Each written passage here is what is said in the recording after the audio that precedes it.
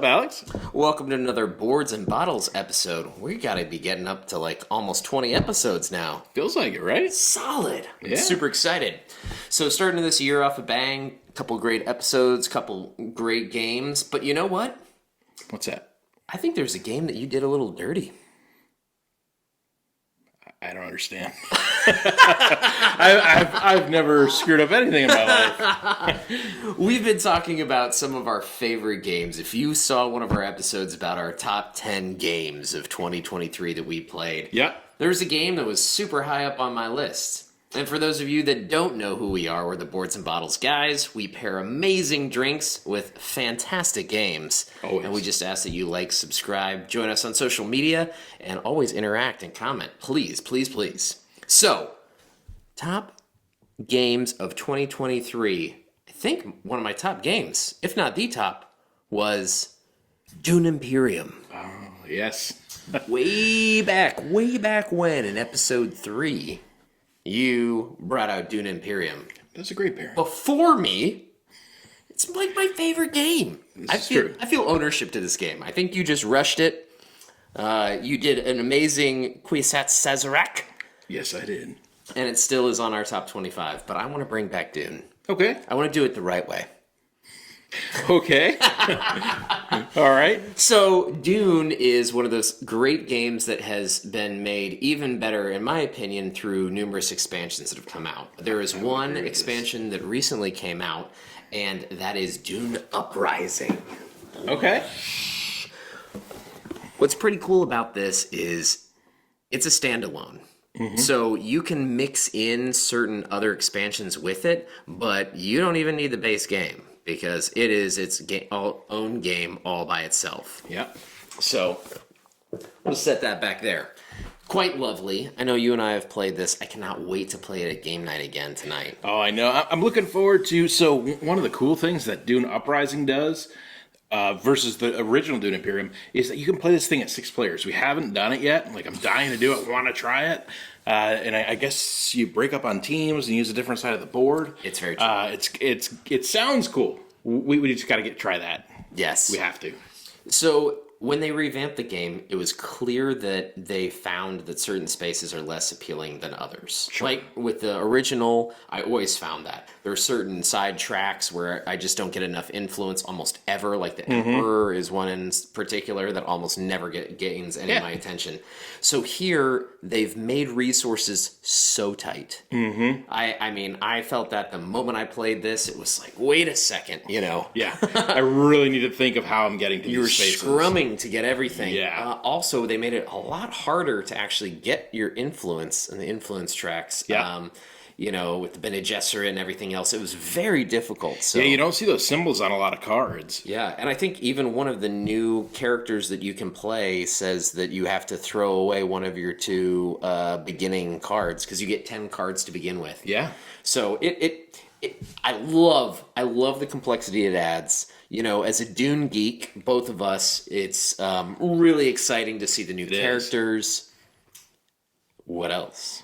There's so much. Yeah, there's a couple other cool things. One of the things that I think is really cool is the addition of the sandworms. So in the first game, they're always kind of passive. It's like, hey, we'll generate some extra spice. In this one, no. You've got these giant flaccid worms. These are crazy meeples. They are. They're just a little. I don't know what they were thinking there, but and they only come with 4, and then you get these other ones. Yes. So it's if you can get past that, the game questionable design choice. is exceptional.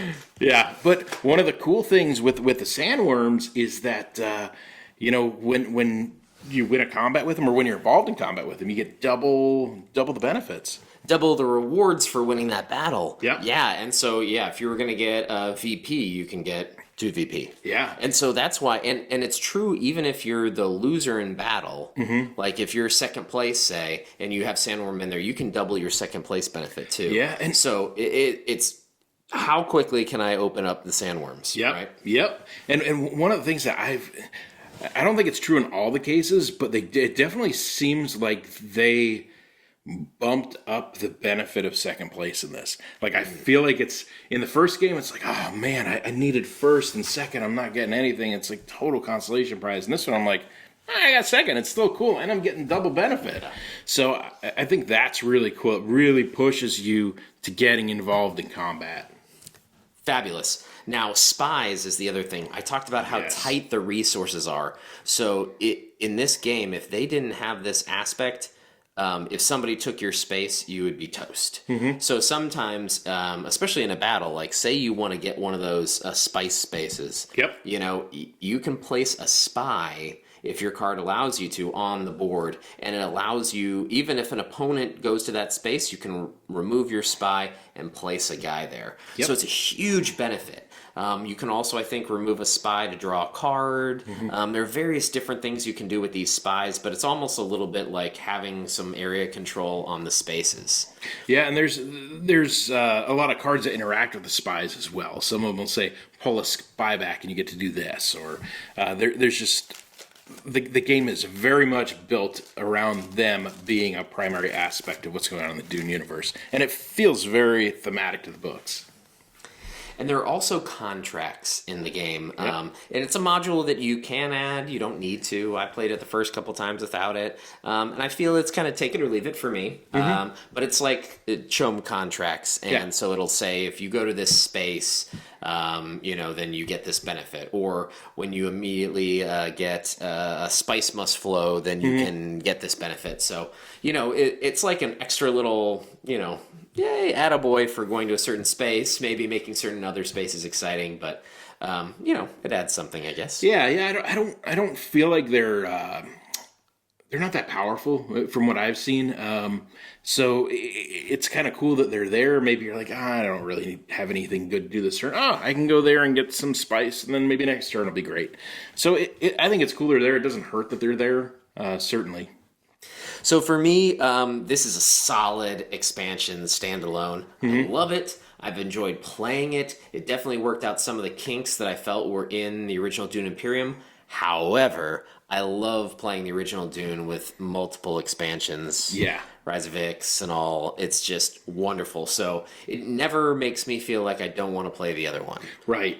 Yeah, I think this one is more of the, maybe appeals more to the hardcore gamer. It's definitely, I think the original is a little bit more approachable to maybe the casual gamer or the light gamer. Okay, that's a good point. I like that. And I have played this just with two people, and so there is, like an NPC that can play, and I will tell you that they are dastardly. They're called rivals. You get like a rival character to play against, and some of them can really torch you. So it's kind of fun to play with two people, bring that character in and see if you can challenge them and beat them, because there are different levels. Like if you go against the Baron, get ready. Oh. So it's enjoyable, but I did not bring a crazy drink with gummy worms or any of that. Okay. I went with, this is Dune and this is Uprising.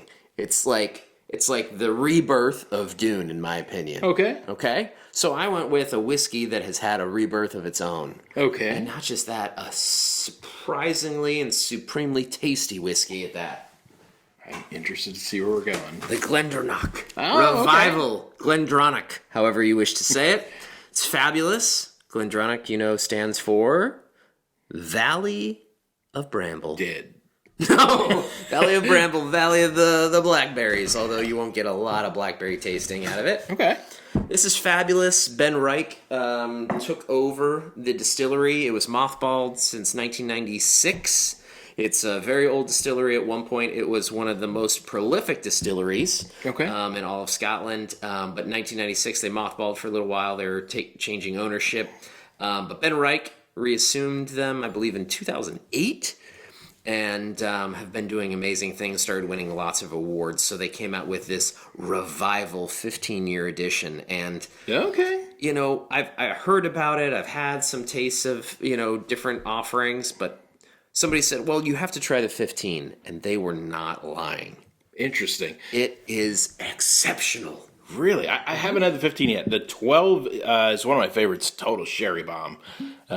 You're gonna get that in this too, right? Okay. The Highland, a lot of the Highlands go for that sherry bomb at the end. You know, the Dalmores, the Highland Parks of the world. So yeah, you're definitely gonna get a lot of that sherry bomb in this. But it's got, it's just so tasty. But yeah, you can see matured in the finest Pedro Jimenez. Oh yeah, Not just any. wonderful. Cheers. 15-year 15. Glenbronick. Yeah. Man, You can see in that color. yeah, that's super dense. Tasty. Oh yeah. Oh, yeah. And so this distillery has gone through so many hands so recently. So if you look at even like the last 20 years, you'll see, I think, 4 or 5 different owners. It's like everybody was buying, rebuying, buying, rebuying, buying, rebuying. So it's interesting. A lot of hand changing. Oh, very cool. Now this one, I definitely get a lot of oak and a lot of that sherry. But it's scrumptious and lovely. So think Agreed. about playing this wonderful Dune Uprising, Reborn, the game Reborn, because they've been working on this for years. Oh, really? Couple of years. Not the whiskey I'm talking about. I mean, obviously the whiskey, but Dune Uprising. And so, like, when they threw out another expansion, they'd actually been working on this standalone while they were doing some of the expansions. So that's why they don't maybe marry as well as you might expect, right? Okay. So at least that's what I had heard. So And you can play Uprising with Rise of Ix and... you can. There are certain specific cards you have to take out, certain specific things you have to do. So I haven't personally done it because I like it as the standalone that it is. Yeah, I was gonna say it's pretty content in its own game. There's a couple things that I Miss. really liked about the expansions. I love that science track in Immortality. Yeah. And I love the shipping track in Rise of X. So Yeah. those I did miss in this. But I mean, like you said, it's in its own bubble. And if you want that fix, you've got the other game. If you want Uprising and some of the more complexities there with the spies and sandworms, you got this. But there's definitely room for both Uprising and regular Dune Imperium in your collection. And one of the things they said in the game when you're reading through the rules is they said you can add in whatever cards you want since it's a deck builder, right? And they said feel free to add in some of your favorite other cards. Okay. But I definitely recommend, as they recommend, that you play with the cards that they have. You can play games and games and games and still not see all their cards. Right. So get through that before you start wanting to add, because if you add the wrong cards at the get-go, you know, you're not going to get all that I get out of the game. Right. You know that there are certain cards that are going to kind of break the game if you add them to it. So Gotcha. yeah. Okay. All right, Dan. So what do you think? Do you think that this game and this pairing are a glass full up? You cheers to that? Oh yeah, this is definitely a full glass up for me.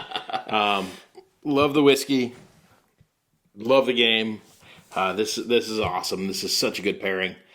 I do think it probably deserves a spot in the top 25. Ooh, breaking out the list. Yeah, I think Wow. I think we need to figure out where it's going to be though. Okay. It's interesting. It's definitely, I think, top 20, top 16, maybe. I would say top 15.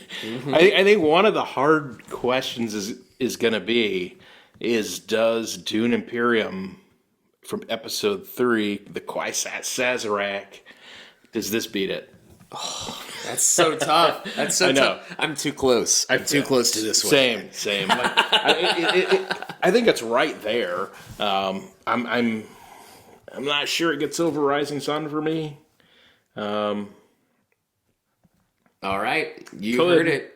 You heard it. Below Rising Sun, or is it below Dune, the original? I don't know. It's so close. It's so close. I have to say, I think the Quaysec Sazerac was such a fun drink because you made the drink thematic, right? I tried to. I love that, like, I tried to pair with the Uprising and the Revival, right? Definitely. It's fun, but if you're looking for, like, the best thematic drink, I think you've got it. So I think this falls in at number 15. Okay, I'll buy that. I mean, I think it's a photo finish. But yeah, they're both. You're not going to go wrong with either way. 2 Dunes in the top 15. Wow. I like it. I do as well. And I'm going to drink some more of this. It's a valiant effort, my friend. All right. Well, as we always say, Dan. All right, yeah, game hard and drink responsibly. Cheers, folks. Cheers, guys.